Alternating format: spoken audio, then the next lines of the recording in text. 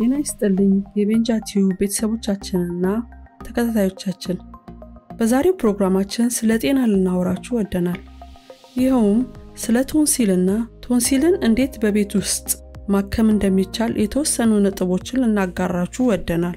ቶንሲል ማለት በእንግሊዝኛ ቋንቋ ቶንሲሊቲስ ትሮት ፔን በመባል ይታወቃል። ይሄውም የቶንሲል የጉሮሮ ህመም ማለት ነው። የጉሮሮ ህመምና የጉሮሮ እብጠት ነው። ጉሮሮ ላይ የሚሰማን ህመም ወይም የማሳከክ ስሜት ሲሆን መዋጥና ማኘክን የሚከለክል መናገርን የሚከለክል ሲሆን ድምጽን የሚያጎረንን ነው። የቶንሲል በሽታ ሲይዘን ከአንገታችን ጀምሮ እስከ ራሳችን ከፍታ ትኩሳትና ራስ ምታት ሊያስከትል ይችላል። በቤት ውስጥ ቶንሲልን ለማከም የተለያዩ አማራጮች አሉ። በቤት ውስጥ ለማከም የሚያስፈልጉትን ነጥቦች ከዚህ በመቀጠል እናቀርብላችኋለን። አንደኛ ሎሚ።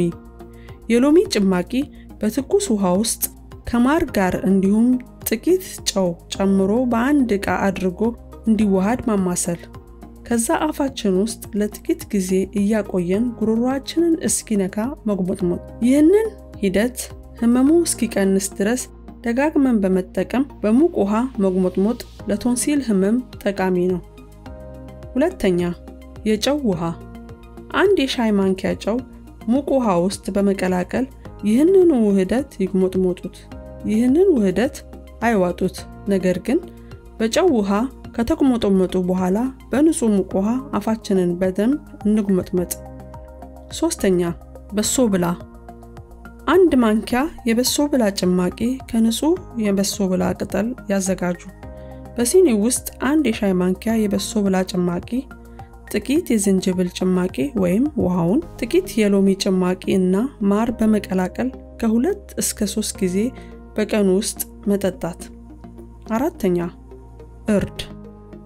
አንድ የሻይ ማንኪያ እርድ ዱቄት በአንድ ብርጭቆ ውሃ ውስጥ ወይም ጨዋማ ውሃ ውስጥ በመደባለቅ ጉመጥመጡበት። ይህንን ውህደት አይዋጡት፣ ነገር ግን ውሃውን ከተጉመጠመጡ በኋላ ይጥፉት።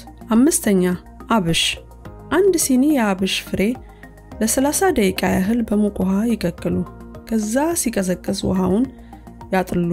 ቢያንስ በቀን 2 ይጉመጥመጡበት። ስንጉመጠመጥ የጉሮሮአችንን ውስጠኛውን ክፍል እንዲነካ ማድረግ አለብን። ስድስተኛ ዝንጅብል። የዝንጅብል ጭማቂ በመውሰድ በትኩስ ውሃ ውስጥ ይጨምሩበት። ፈጣን ውጤት ለማግኘትም አንድ የሻይ ማንኪያ ማር ሊጨምሩበት ይችላሉ። ሰባተኛ ወተት። ግማሽ ማንኪያ የእርድ ዱቄትና የዝንጅብል ዱቄት ወይም ቀሽር በትኩስ ወተት ውስጥ በመደባለቅ በቀን ከ2 እስከ 3 ጊዜ ጉሮሮአችንን እንዲነካ ወደ ላይ ቀና በማለት በደንብ በመጉመጥመጥ ለቶንሲል እብጠት ሳይቆይ ቶሎ በመጠቀም ጉዳቱን መቀነስ ያስችላል።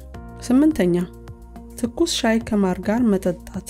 ለዛሬ አበቃን። እነዚህ ያነሳናቸው ነጥቦች ይጠቅማል ብለው ካሰቡ ሼር በማድረግ ለወዳጆ ያጋሩ።